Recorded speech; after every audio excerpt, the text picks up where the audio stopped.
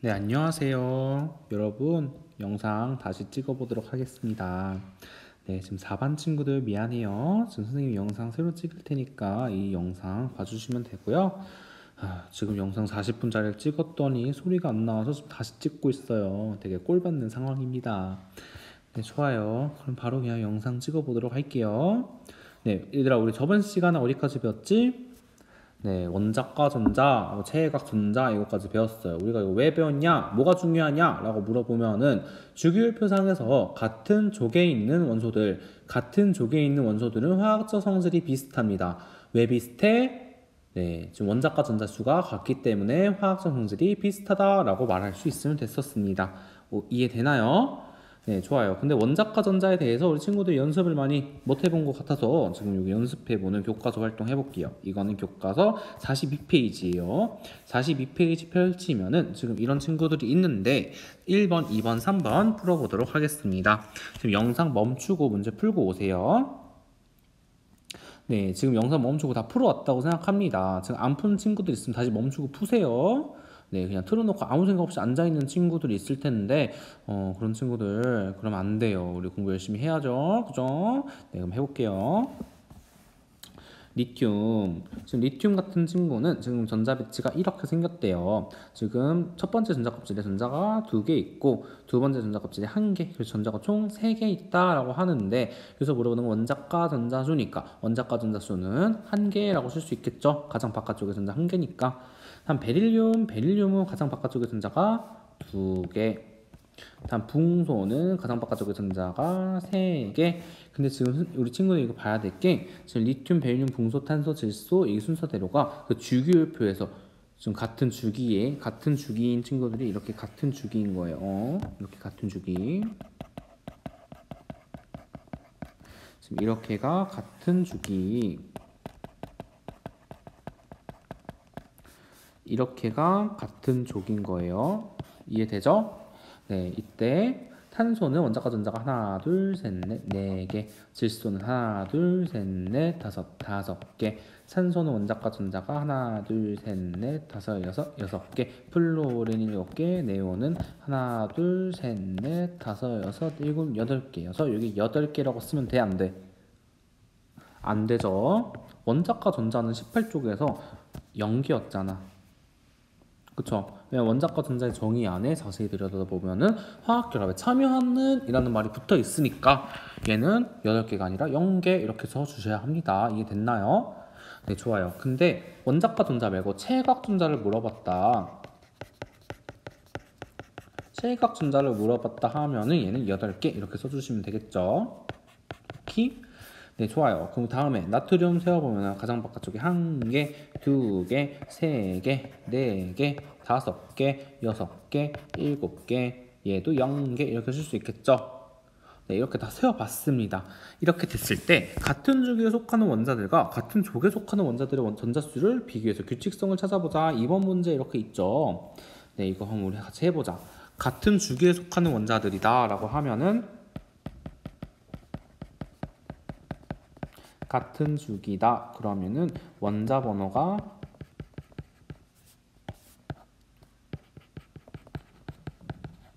1 증가할 때마다 어떤 규칙성이 보여?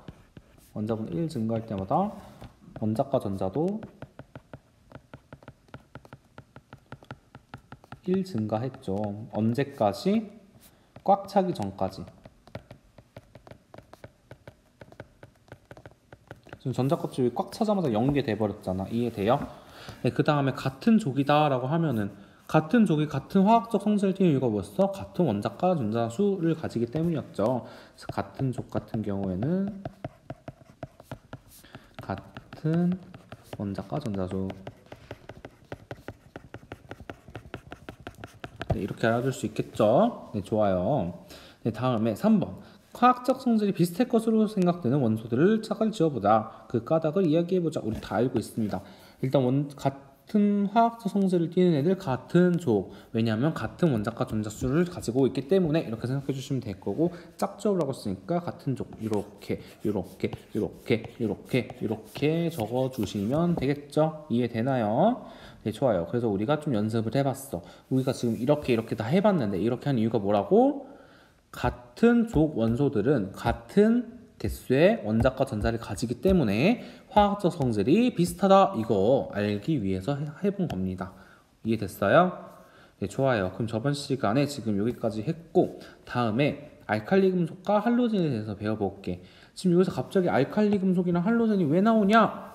왜 나오는 거냐면 지금 우리가 하고 있는 게 뭐라고? 같은 족에 있는 원소들은 화학적 성질이 비슷하다. 그걸 예로 1족 원소랑 17족 원소에 대해서 배워보는 겁니다. 그래서 알칼리 금속이라고 하면은 1족 원소를 말해요. 1족 원소들은 어떤 특징을 가지고 있는지 하나하나 살펴보는 겁니다. 근데 1족 원소에 보면은 주기율표 가서 봐볼까? 주기율표 어딨어? 여기 있네. 지금 1쪽 보면은 수소, 리튬, 나트륨, 칼륨 있어요. 근데 이 수소는 약간 이 친구들이랑 조금 달라. 그래서 수소만 빼고 말합니다. 보통 알칼리 금속이다 라고 하면 수소 빼고 이 밑에 있는 친구들을 말해요. 그래서 이거에 대해서는 조금 이따 선생님이 더 자세히 설명해 주는 걸로 하고 1족 원소 중에서 수소 빼고 리튬, 나트륨, 칼륨 이런 애들을 보고 알칼리 금속이라고 한다 라는 겁니다. 얘네들은 주기율표에서 몇 족? 1족 원소. 1족이니까 원자과 전자 몇 개? 1개. 이렇게 정리해 볼게요. 근데 수소는 왜 빼냐에 대해서 우리가 생각을 해볼게. 일단 얘네들은 알칼리 금속이에요. 얘네들 그 1족에서 수소 빼고는 다 금속입니다. 그리고 다 비슷비슷한 성질을 띠고 있어. 근데 1쪽에서 수소 혼자 그런 성질에서 조금 벗어나거든요. 그래서 항상 수소를 뺍니다. 근데 여기서 그럼 의문이 들죠. 왜 같은 족이면 화학적 성질 비슷하다면서 왜 수소는 빼냐? 네, 맞아요. 그래서 이게 조금 요즘 과학자들 사이에서 조금 이런저런 이야기가 오고 가고 있는데 사실 1쪽에 보면 알칼리 금속이라고 해서 거의 화학적 성질이 비슷한 금속들이 모여 있습니다. 근데 수소는 혼자 달라. 근데 그렇다는 얘기는 수소를 지금 1쪽이라고 봐야 되는가? 라고 조금 그런 의문이 들기 시작해요. 그래서 몇몇 과학자들은 주기율표에서 수소를 빼서 혼자 따로 놔야 된다라고 이야기를 하는 과학자들도 있고 아니다. 그래도 원자과 전자가 하나니까 같은 1쪽에 놓고 알칼리 금속을 설명할 때만 수소를 빼자라고 하는 과학자들도 있습니다. 네, 근데 요즘 우리가 널리 쓰고 있는 그런 주기율표는 알칼리 금속이다 라고 하면은 수소를 제외한 1족 원소라고 말을 하고 그냥 수소를 1쪽에 넣고 설명을 하고 있어요. 그래서 우린 그렇게 알아두는 겁니다. 이해됐나요? 네, 좋아요. 근데 우리 저번 시간에 배웠던 과학의 잠정성 있지. 지금 주기율표가 맞지 않을 수도 있어. 나중에 어떤 과학자가 더 명확한 근거를 대고 수소가 1쪽에 있으면 안 되는 이유 이런 것들을 막 해서 막 연구를 해. 그래서 막 수소는 1쪽이 아니라 달인데 넣어야 된다. 뭐 이렇게 이론이 나오면은 주기율표가 바뀔 수도 있습니다. 네, 근데 지금 과학자들이 말하고 있는 것 그냥 널리 쓰이고 있는 주기율표는 수소를 1쪽에 넣는다라는 이야기. 네, 좋아요. 다음에 알칼리 금속의 물리적 성질 볼게요. 일단 알칼리 금속이 뭐냐면 1족 원소야. 근데 다 금속이란 소리예요. 근데 일단 금속이니까 우리 저번 시간에 배웠던 금속들의 성질 있지. 뭐 광택이 있고 열 전기 전도성 있고 이런 것들 있죠. 대부분 실온에서 고체 상태고 네, 금속이다 보니까 다 똑같이 갑니다. 실온에서 고체 상태이다. 그리고 광택을 띈다. 근데 무슨 광택? 은백색 광택을 띈다. 은백색 약간 은색이에요. 이따가 그림 한번 같이 볼게. 다음에 칼로 쉽게 자릴 정도로 무르다. 좀 얘들아 우리 고체, 금속 생각해보면 되게 딱딱한 거 생각하기 쉽잖아요. 네, 근데 알칼리 금속이다 라고 하면은 칼로 잘 잘려. 그 정도로 무릅니다. 칼로 자르고 뭉개지고 할 수 있어. 그래서 그렇게 딱딱하지 않은 물컹물컹한 고체구나 라고 생각해 주시면 돼요. 이해돼요? 네, 좋아요. 다음에 금속이다 보니까 열과 전기의 전도성이 크다라는 겁니다. 이해돼? 네, 그러면 지금 우리 이렇게 알칼리 금속들의 물리적 성질을 알아봤는데 알칼리 금속이 어떻게 생긴 친구들인지 한번 봐볼게요. 이 교과서에 있는 그림인데 지금 리튬, 나트륨, 칼륨 이렇게 나와 있죠. 지금 얘들 봐봐. 어때? 약간 은백색인 거 보여요? 나트륨도 약간 은백색이고 지금 이렇게 은백색이라고 좀 그런 것 같지만 지금 얘네들도 이렇게 금속이고 칼로 자르면 잘립니다. 이런 식으로 생긴 친구들이에요. 네, 좋아요. 그 다음에 여기 나와 있는데 알칼리 금속의 보관은 석유나 액체 파라핀에 담가 보관한다 라고 나와 있어. 이게 왜 그런지, 왜 이렇게 보관을 해야 되는지 우리가 볼게. 그거는 여기 알칼리 금속의 화학적 성질이라고 해서 나오는 거예요. 일단 알칼리 금속은 어떤 성질을 가지고 있는지, 어떤 화학적 성질을 가지고 있는지에 대한 설명입니다. 첫 번째, 물과 격렬하게 반응해요. 물과 반응해서 수소기체를 발생하고 반응 후 수용액은 염기성을 나타내는 성질을 가지고 있습니다. 이게 왜 수소기체를 발생하고 왜 염기성이 나타나는지는 화학 반응식 세어보면 우리가 쉽게 알 수 있지만, 여기서 화학 반응식을 쓰고 외우는 것보다 그냥 알칼리 금속은 물에 넣으면 수소기체가 발생하고 그 남은 그 물, 우리가 넣었던 그 물은 염기성을 띠는구나 라고 알아두시면 됩니다. 이해됐나요? 네, 좋아. 근데 여기서 격렬한에서 조금 별표를 쳐놓읍시다. 격렬하다는 게 뭐야? 빡세게 반응한다는 소리예요. 그래서 나중에 선생님이 이거 실험을 해보고 싶었는데 지금 온라인 수업이어서 못해서 조금 아쉬워요. 근데 나중에 유튜브 가서 찾아봐. 물 속에다가 뭐 나트륨이나 칼륨 이런 알칼리 금속을 넣으면 어떤 일이 벌어지는지 유튜브에 한번 쳐보세요. 근데 지금 심심한 사람들은 지금 영상 잠깐 멈추고 유튜브에 이 영상 찾아서 우리 반톡에 올려주면 다른 친구들이 쉽게 볼 수 있고 좋겠죠. 네, 선생님이 찾아서 보내주고 싶지만 선생님이 바빠서 죄송합니다. 친구들 심심한 때 알칼리 금속 어떻게 물이랑 반응하는지 찾아보시면 재밌을 것 같아요. 네, 물에 이걸 딱 넣으면은 막 심한 경우 불까지 나가지고 난리가 납니다 아주. 네, 그래서 그런 실험 한번 해보고 싶었는데 온라인 수업이니까 못한다는 점. 네, 그래서 물과 반응하면은 수소기체가 나오고 염기성을 나타낸다. 이때 졸라 격렬하게 반응한다. 막 불까지도 나더라고요. 네, 다음에 산소와의 반응. 알칼리 금속은 공기 중에 산소와 반응해서 산화물을 형성한대요. 산화물이 되게 단어가 어렵죠. 네, 근데 그냥 변한다, 색이 변한다, 썩는다라고 생각하면 좀 그렇지만 산화된다, 다른 물질로 변한다라고 생각해 주시면 돼요. 그럼 다시 생각을 해보자. 지금 알칼리 금속을 공기 중에 냅둬. 그럼 공기 중에 산소가 졸라 많잖아. 그 산소랑 반응해서 지금 다른 물질로 변해. 근데 지금 이거 이렇게 하면 되겠어요? 그럼 안 되지. 지금 우리가 지금 알칼리 금속을 써야 되는데 지금 그게 변해버리는 거잖아. 공기랑만 닿아도. 그래서 공기 중에 닿으면은 물질이 바뀌니까 광택을 잃어요. 그래서 지금 이거 나트륨 이런 친구들을 공기에 두면 어떻게 되는지 이런 것도 유튜브에 찾아보시면 재밌는 거 많이 나올 거예요. 근데 우리가 이렇게 두 개를 생각을 해보자. 물과 반응해도 지금 막 안 돼. 지금 다른 물질로 변해요. 그리고 산소랑도 닿으면은 다른 물질로 변해. 그럼 지금 이 친구를 보관할 때 어떻게 보관을 해야 돼? 물도 차단하고 공기를 차단하고 해야겠죠. 그럼 물도 차단하고 공기를 차단하는 방법이 기름에 담그는 거겠죠. 그래서 지금 화학 시간에 쓰는 기름 이런 거를 석유 에테르나 액체 파라핀 이런 거에 넣어서 보관한다는 겁니다. 이해돼요? 네, 그래서 지금 알칼리 금속 같은 경우에는 공기 중 산소랑 물이랑 격렬하게 반응하기 때문에 공기랑 물과의 접촉을 차단해야 돼서 석유 에테르나 액체 파라핀에 넣어서 보관을 한다. 기름에 담가둔다 라는 겁니다. 이해돼요? 네, 좋습니다. 네, 다음에 할로젠과의 반응 볼게. 할로젠과의 반응은 할로젠 원소와 격렬하게 반응해서 화합물을 형성하기 쉽다는 특징을 가져요. 그럼 할로젠이 뭔데? 라는 생각이 들죠. 네, 그래서 할로젠에 대해서 좀 배워보겠습니다. 할로젠도 알칼리 금속처럼 그냥 이름이야. 근데 얘는 뭐냐면 알칼리는 지금 1족 원소였죠. 할로젠은 17족 원소입니다. 그래서 17족 원소에 뭐가 있냐면 플루오린, 염소, 브로민, 아이오딘 이런 애들이 있어요.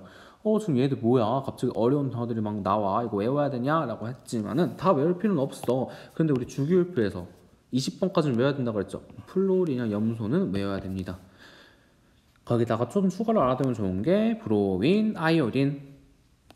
브로민은 우리가 저번 시간에 살짝 언급을 했어. Br2가 액체야. 주기율표상에 액체로 있는 애 몇 개 없거든요. 그래서 브로민이 대표적인 액체다라고 알아두면 좋다 그랬고, 아이오딘은 옛날 이름이 요오드야. 요오드 들어봤니? 우리 상처 같은 거 날 때 빨간 약 바르죠. 그 빨간 약이 요오드입니다. 네, 이해되나요? 네, 그래서 그냥 이렇게 그냥 대충 알아두시면 돼요. 이런 애들 다 할로젠이구나, 17족 원소구나 라고 알아두시면 돼요. 그럼 주기율표의 몇 족? 17족 원소다. 17쪽의 원자과 전자가 몇 개? 7개. 이렇게 알아두시면 됩니다. 다시 할로젠은 17쪽, 17쪽이니까 원자과 전자 7개. 할로젠에 뭐가 있어? 플루오린, 염소는 당연히 외워야 돼. 거기다가 브로민이랑 아이오딘 알아두면 좋아. 이해됐나요? 네, 좋습니다. 다음에 할로젠의 물리적 성질 볼게요. 주로 두 개의 원자가 결합한 이원자 분자 상태로 존재한다는 거예요. 이원자 분자 상태. 이게 무슨 말이냐라고 하면 우리 분자 저번 시간에 배웠죠. 네, 그 분자인데 원자가 두 개로 이루어진 분자 상태로 주로 존재한다는 거예요. 예를 들어서 F2. F가 그냥 원자 F 이렇게 존재하는 게 아니라 나트륨은 그냥 Na 이렇게 금속으로 존재를 했어요. 알칼리 금속 같은 경우엔. 근데 할로젠 같은 경우에는 혼자 안 있고 F2, Cl2, Br2, I2 이런 식으로 존재를 한다라는 겁니다. 오케이? 네, 이해됐나요? 네, 다음 특유의 색깔을 띈다라는 거예요. 그럼 여기서 조금 약간 꼴받을만 해요. 아, 이거 색깔을 다 외워야 되냐? 네, 색깔은 외울 필요 없고요. 지금 할로젠은 특유의 색깔을 띈다라는 성질을 가진다 이렇게 알아두시면 돼. 지금 이 황색, 황록색, 젓갈색, 흑자색 이 색깔을 외울 필요는 없어요. 근데 플루오린이라고 하면은 F가 옅은 황색을 띠는 게 아닙니다. F가 아니라 F2가 옅은 황색을 띠는 거야. 왜냐면 F2 이렇게 존재한다고 했잖아. 이해돼요? 그럼 황록색을 띠는 염소도 Cl2고 젓갈색을 띠는 액체도 Br2고 흑자색을 띠는 아이오딘도 I2다 라고 알아두시면 됩니다. 왜 이 두 개의 색깔을 띠는지는 나중에 대학 가가지고 이것저것 막 에너지 계산하다 보면은 아 지금 이 색깔이 나올 수밖에 없구나 라는 걸 알 수 있지만 우리 지금 통합과학 수준에서는 아 할로젠은 특수한 색을 띈다, 특이한 색을 띈다 라고 알아둘게요. 다음에 열과 전기 전도성이 없다. 이건 왜? 금속이 아니니까. 이렇게 알아두시면 되겠죠? 다음에 할로젠의 화학적 성질 볼게. 선생님이 아까 잠깐 대충 언급하고 넘어갔었어. 알칼리 금속의 화학적 성질이 할로젠과 반응한다는 거야. 그러면 할로젠의 성질도 알칼리 금속과 반응한다는 거겠죠. 근데 얘는 그냥 금속과도 반응을 해. 그러니까 꼭 알칼리일 필요가 없어요. 그냥 금속이랑 다 결합을 해서 화합물을 형성하기가 쉽다는 성질을 가지고 있습니다. 그 다음에 수소와 반응해서 할로제나 수소를 만드는데 얘는 물에 녹아서 산성을 나타낸다는 성질이 있어요. 지금 얘는 조금 엄청 중요합니다. 할로젠은 수소랑 반응하면 할로제나 수소를 만드는데 얘는 산성을 나타낸다 물에 녹아서 이렇게 놔두시면 돼요. 그럼 말이 너무 어렵잖아. 할로제나 수소 말이 너무 어려워요. 근데 할로젠이 뭐 있다 그랬어? 플로린, 염소, 브로민, 아이오딘 이렇게 있다 그랬지? 그래서 이거를 화학식으로 쓰면은 HF, HCl, HBr, HI 이렇게 쓰는 거예요. HF, HCl, HBr, HI 수소랑 반응한 할로젠이나 수소. 근데 얘네들은 물에 녹아서 산성을 띈다. 갑자기 좀 어렵게 느껴질 수 있는데 어렵게 생각하지 않아도 돼요. 지금 이 친구 중에 HCl 봐보자. HCl 아는 사람. HCl이 바로 염산이에요. 염산 산성이죠. 네, 맞아. 그럼 염산이 산성이다라는 것만 알면은 우리가 이거를 다 통째로 가져갈 수 있어. 왜냐하면은 같은 족에 있는 원소는 같은 화학적 성질을 띈다 그랬어. 같은이 아니라 비슷한 화학적 성질을 띈다 그랬어. 그러면 HCl이 산성을 띄워. 그러면 같은 족에 있는 비슷한 화학적 성질을 띠는 F, BrI도 HF, HBr, HI도 산성을 나타낸다는 겁니다. 이해되나요? 네, 그래서 이렇게 통째로 알아두시면 됩니다. 네, 그래서 우리가 지금 얘들을 왜 배웠냐라고 하면은 지금 주기율표, 원소와 주기율에 대해서 배우고 있는데 가장 중요한 게 뭐다? 같은 족은 같은 원자과 전자수를 가져서 비슷한 화학 성질을 나타낸다라는 건데 그거에 대해서 예로 1족 원소들을 배워봤고요. 알칼리 금속, 그 다음에 17족 원소들도 배워본 겁니다. 이해되나요? 네, 이해되나요?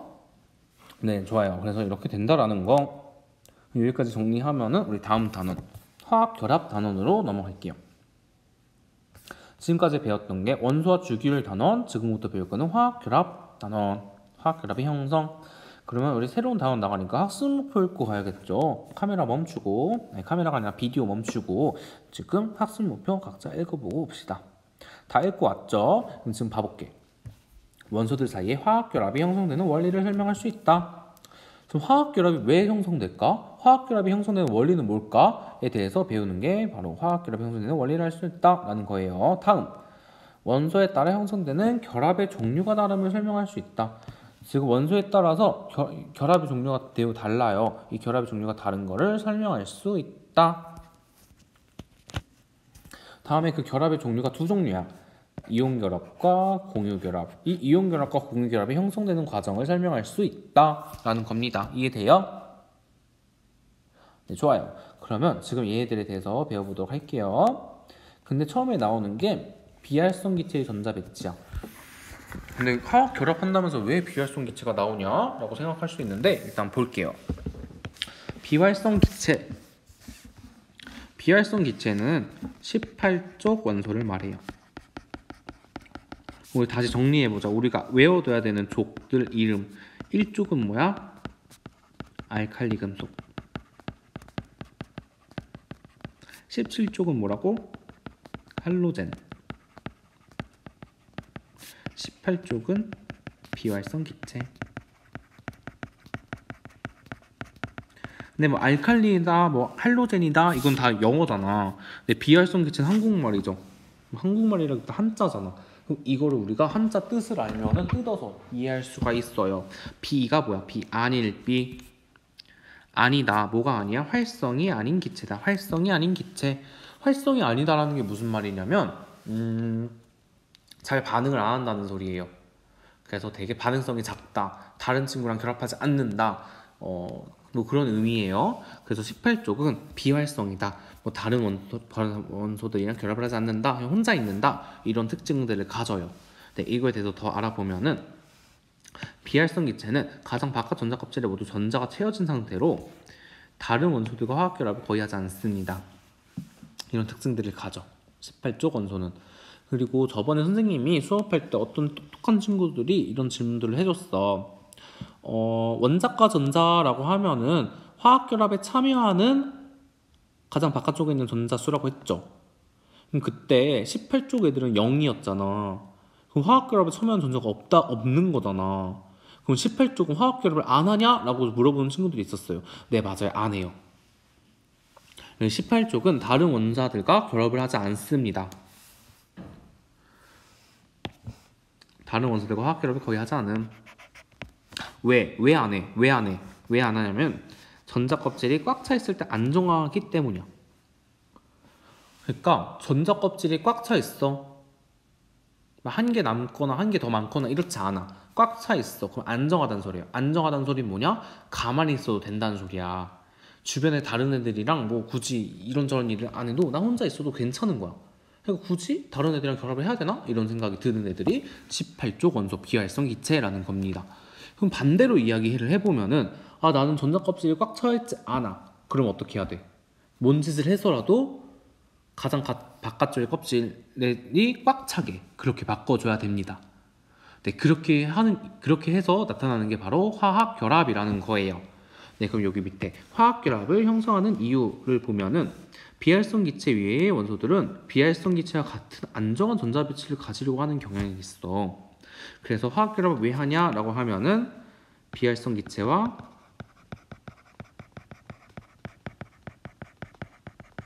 동일한 전자 배치를 가지기 위해. 그래서 다시 정리해 보면은 화학 결합 왜 해? 비활성 기체처럼 되려고, 나도 안정해지려고, 그렇게 위해서 화학 결합을 하는 거예요. 그럼 반대로 말하면 비활성 기체는 화학 결합 안 돼. 다른 애들은 화학 결합 왜 해? 비활성 기체랑 똑같이 되려고, 이렇게 생각해 주시면 됩니다. 오케이? 네, 좋아요. 그럼 왜 비활성 기체랑 똑같이 되고 싶어 해? 비활성 기체는 가장 바깥쪽에 있는 껍질의 전자가 꽉 차 있기 때문에 안정하다라는 겁니다. 그래서 여기 더 나오는 게 옥텟 규칙이라는 말이 있어요. 옥텟 규칙 친구들 들어봤나요?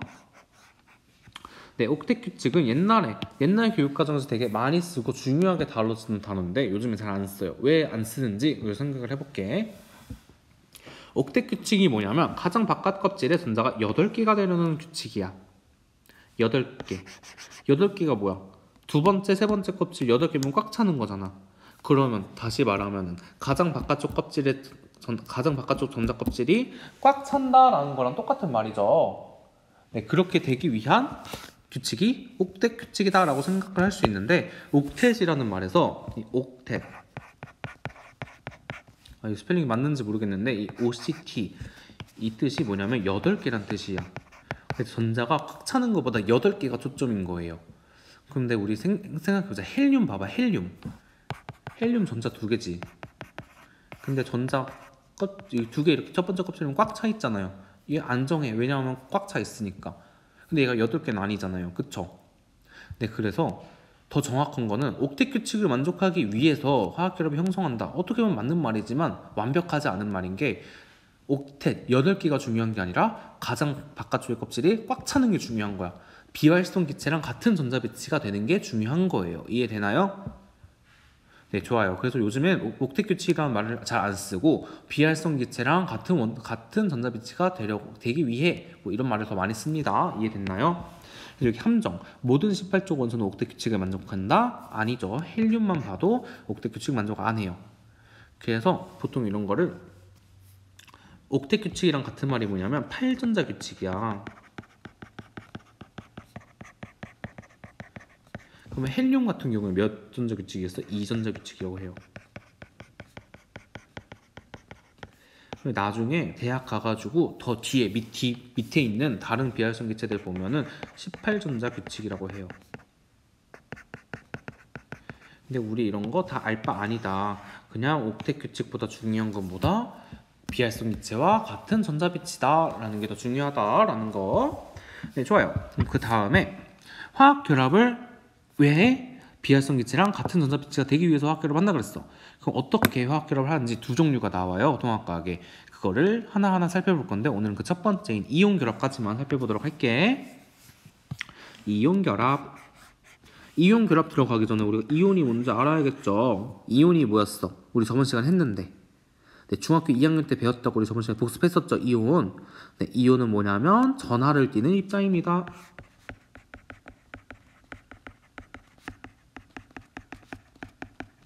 그래서 저번 시간에 뭐 금속 원소는 뭐 어떻게 돼가지고 금속 원소는 전자를 잃어서 양이온이 되기 쉽고 비금속 원소는 전자를 얻어서 음이온이 되기 쉽다라는 표현이 나왔는데 이걸 우리가 외울 표현이 아니라고 했어.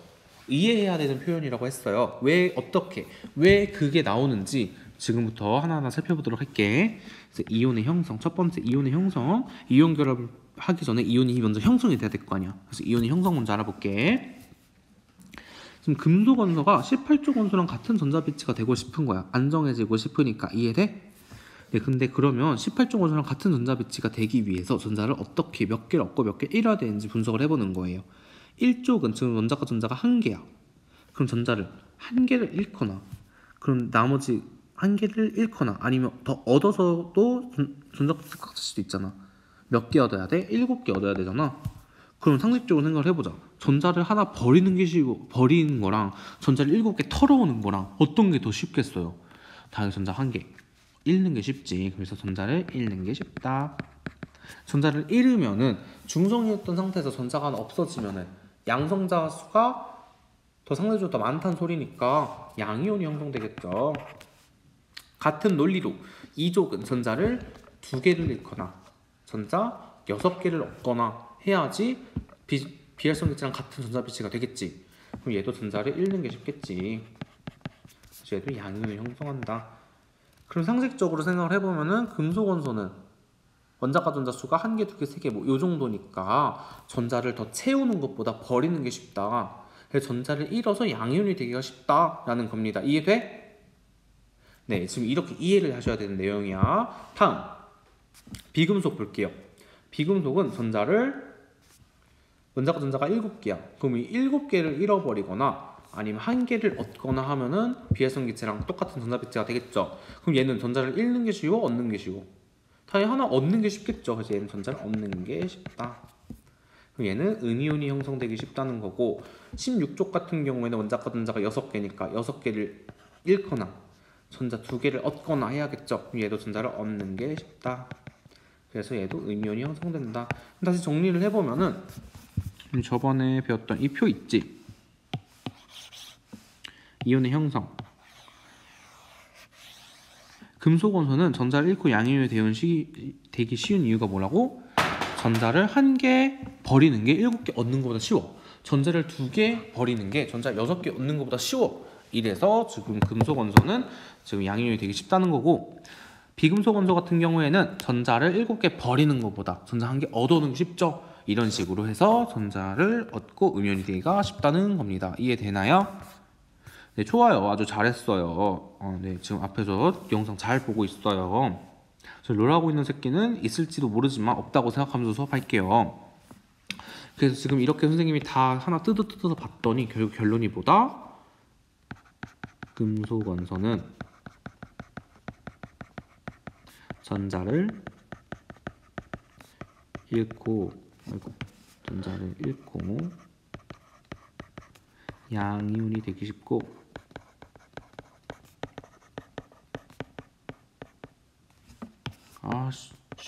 쉽고 비금속 원소는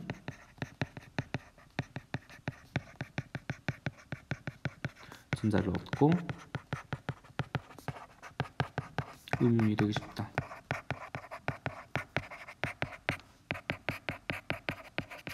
이해됐죠? 네, 그럼 다음에 사실 이온의 표기법에도 중학교 2학년 때 배웠어야 돼. 근데 모르면 좀 가뿐 쌓일 것 같아서 선생님이 살짝 언급하고 넘어가려고 가져와 봤습니다. 지금 나트륨 이온 생각해 볼게요. 지금 나트륨 이온은 지금 그림 그려보면, 나트륨 지금 먼저 그림 그려보면 전자 2개, 셋, 넷, 다섯, 여섯, 일곱, 여덟 개, 그리고 하나 더 이렇게 생겨 먹어내죠. 나트륨이. 여기서 전자 1개를 잃어. 그럼 이렇게 생각했죠. 그럼 지금 플러스 전할은 11인데 전자가 10개 있으니까, 하나 잃어서 10개 있으니까 총 전하량은 플러스 1이죠. 그럼 지금 나트륨의 플러스 지금 위에 전하량을 표시해 주는 거였지. 그럼 지금 마그네슘 보면은 마그네슘 전하량이 2 플러스 2야. 그럼 여기 2 플러스 이렇게 적는 거, 이런 걸 보고 이온의 표기법이라고 한다라는 겁니다. 이거 다 아시죠? 네, 좋아요. 그럼 이렇게 넘어가고 이온 결합의 형성 볼게. 지금까지 우리는 이온 결합을 하기 전에 앞서서 이온이 어떻게 형성되는지에 대해서 배워본 거예요. 다시 지금 종이 치고 있는데, 네, 그래서 다시 이온 결합이 형성되기 앞서서 이온이 어떻게 형성되는지에 대해서 배워본 거야. 근데 이제 이온 결합이 어떻게 형성되는지에 대해서 알아보는 거예요. 일단 이온 결합은 이온들끼리 잡아당겨가지고 결합해서 이온 결합이 생긴다, 이렇게 생각해 주시면 돼. 그래서 여기 보면은 금속 원소의 양이온과 비금속 원소의 음이온 사이의 정전기적 인력에 의한 결합이다. 이 말을 더 자세히 볼게요. 일단 금속 원소의 양이온 이해되죠? 양이온은 금속에서 온 걸 거야. 음이온은 비금속 원소에서 온 걸 거야. 왜냐면 우리 방금 왜 그런지 봤죠? 양이온은 금속은 양이온이 되기 쉽고 비금속은 음이온이 되기 쉽고. 오케이. 근데 지금 양이온, 음이온이 다 각각 전하를 띠고 있어. 플러스 전하, 마이너스 전하를 서로 띠고 있어. 그럼 플러스 전하, 마이너스를 띠고 있으면 서로 잡아당기겠죠. 이 잡아당기는 걸 보고 정전기적 인력이라고 하고, 잡아당겨서 지금 결합을 한다라는 겁니다. 이 정전기적 인력을 지금 자세히 보면은 서로 반대 전하를 띠는 입자가 서로 끌어당기는 힘이라고 말을 할 수 있어. 나트륨 플러스랑 Cl-가 서로 잡아당겨요. 서로 잡아당기면은 이온 결합이 형성된다라는 겁니다. 이해돼요? 네. 근데 지금 얘를 볼 때 나트륨이 있어. 혼자 나트륨이 있다가 하나 안 정해질래. 나 비활성기체랑 같은 전자 배치 될래 하고 전자를 막 아무데나 팍 버리고 Na+가 되지 않아. 왜냐면 그 전자 그럼 어디다 놔? 누군가 그 전자를 받아줘야 될 거 아니야. 그쵸? 그래서 지금 NA랑 CL이랑 이렇게 있을 때 이 옆에 CL이 있어. 나 이거 전자 하나 버리고 안 정해지면 개꿀일 것 같은데 했더니 옆에 난 전자 하나 얻으면 개꿀일 것 같은데 하는 CL이 있는 거야. 그럼 여기 있는 전자를 CL한테 주고 각자 Na+랑 Cl-가 되는 겁니다. 이해돼요? 야, Na 혼자 있을 때 Na+가 되지 않아. 이거 좀 중요해요. 옆에 CL이 있기 때문에 CL한테 전자를 던지고 Na+가 되고 CL은 Cl-가 되고 하는 거야. 근데 이렇게 이온이 되고 봤어. Na+가 되고 Cl-가 되고 보니까 나는 양이온이고 얘는 음이온이네. 그럼 서로 잡아당기는 겁니다. 그래서 그때 서로 잡아당겨서 결합을 한다라는 게 바로 이온 결합. 근데 우리 이 그림 봐볼까? 지금 Na+랑 Cl-가 결합을 한다고 해서 Na+ 1개랑 Cl- 1개랑 1대1로 딱 그냥 하나 대 하나 이렇게 결합을 하는 게 아니야. 생각을 해볼게. Na 플러스가 혼자 플러스 전하를 띄고 있어요. 그럼 주변에 Cl들이 덕지덕지 붙겠지. 우리 철가루 생각해보자. 우리 자석을 철가루에 갖다 대. 그러면 철 하나만 가서 딱 달라붙어? 아니지. 여기 저기 주렁주렁 막 다 달라붙죠. 그쵸? 그런 것처럼 Na 플러스가 하나 있으면, 여기 노란색 Na 플러스가 하나가 있으면 뭐 오른쪽, 왼쪽, 앞, 뒤, 위, 아래 지금 막 마구마구 지금 CL이 막 달라붙어요. 지금 이렇게. 그럼 옆에 CL 입장에서는 또 앞, 뒤, 옆, 야, 위, 아래 다 Na 플러스가 달라붙지. 그래서 이렇게 다닥다닥 덕지덕지 붙게 지금 이렇게 생기는 겁니다. 이런 걸 보고 격자 구조라고 해요. 그래서 지금 분자랑 다른 점이 조금 알아둬야 돼. 분자랑 다른 점, 분자랑 이온결합 화물의 다른 점, 이건 나중에 공유결합 배우면서 선생님이 더 알아보는 걸로 하고, 일단 이온결합 물질은 이렇게 격자 구조를 띈다. 하나 대 하나 깔끔하게 결합을 하는 게 아니라 덕지덕지 붙어 있다 라고 알아두셔야 합니다. 이해돼요? 네, 좋아요. 지금 이해 안 되는 친구들은 지금 4반 같은 경우에는 어쩔 수 없지만 4반 친구들은 다음 수업 시간 선생님한테 질문하면 되고요. 지금 다른 반 친구들은 지금 선생님이 밖에 지금 너희들 줌으로 영상 보고 있는 거 너희들 감시하고 있을 거야. 거기 들어와서 질문하시면 됩니다. 이온 결합 물질은 정기적으로 중성해야 한다라고 적어놨는데 이게 조금 되게 중요해요. 이것까지만 하고 오늘 수업 맞춰볼게. 지금 얘들아, 이온 결합 물질은 이온들끼리 서로 잡아당기는 거예요. 이온끼리 서로 잡아당기면은 플러스랑 마이너스랑 잡아당겨서 결국에 만들어낸 물질은 중성이 돼야 된다는 거예요. 중성이 돼야 된다. 그러면 예시를 한번 들어볼게. 이 대표적으로 NaCl 염화나트륨 있죠. 이 NaCl은 즉 Na 플러스랑 Cl 마이너스랑 서로 잡아당겨서 나온 친구야.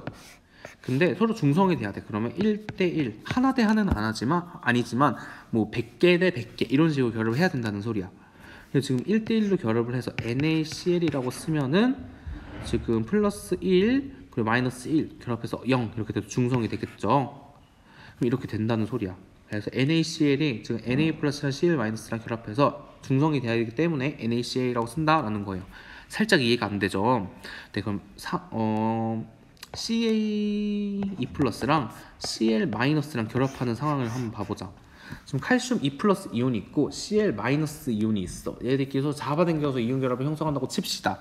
그러면은 서로 생성된 물질은 중성이 돼야 된다는 소리야. 그러면 얘가 지금 1대1의 비율로 결합을 하면 중성이 될까? 중성이 안 되죠. 그래서 얘는 몇 대 몇으로 결합을 해야 돼? 1대2로 결합을 해야지 중성이 돼야 된다는 거예요. 이해돼요? 그래서 CaCl2가 돼야 된다는 소리입니다. 얘를 그럼 더 일반화를 시켜볼게. Ma 플러스 라는 양이온 그리고 NB 플러스라는 B 마이너스라는 음이온이 있어. 얘들이 서로 이온 결합을 할 거야. 그럼 이렇게 돼서 형성된 이온 결합 화합물은 뭐다? 서로 중성이 돼야 돼. 그러면 B 대 A 이렇게 결합을 하면은 지금 총 전하량이 플러스 AB 마이너스 AB 돼가지고 같아지겠지. 그래서 상쇄돼서 0이 될 거 아니에요. 그래서 이런 경우에 MbNA 이렇게 쓴다라는 겁니다. 이해돼요? 네, 그래서 이온 결합 물질은 결국 정기적으로 중성이 돼야 된다. 되게 중요하다는 점. 네, 이렇게 해서 오늘 여기까지 맞춰보도록 하겠습니다. 근데 오늘 선생님이 영상 찍으면서 우리 친구들이 조금 헷갈릴 만한 점을 선생님이 좀 덜 해준 것 같아. 이거 볼게요. 알칼리 금속 해서 그래도 나올 때 나트륨. 대표적인 알칼리 금속이 나트륨이거든요, 얘들아. 그러면 이거 나트륨을 보고 나트륨 소금 아님? 소금 물에 넣으면 뭘 터져? 뭐 소금이 무슨 공기에 닿으면 뭐 바뀐다고? 이렇게 생각하는 친구들이 있어요. 근데 소금은 지금 방금 봤던 염화나트륨이야. 그래서 NaCl이에요. 이해되나요? 그래서 NaCl이 아니라 그냥 순수한 나트륨은 이었다고로 생겼습니다. 이렇게 나트륨 이런 걸 보고 알칼리 금속이다라고 한다라는 거예요. 이해됐나요? 네, 좋아요. 그럼 오늘 수업 여기까지 할 거고 다음 시간에 이거 살짝 복습한 다음에 공유결합 더 나아가 보도록 하겠습니다. 지금 공부하다가 질문 있는 친구들은 선생님한테 편하게 다음 시간에 질문해 주세요.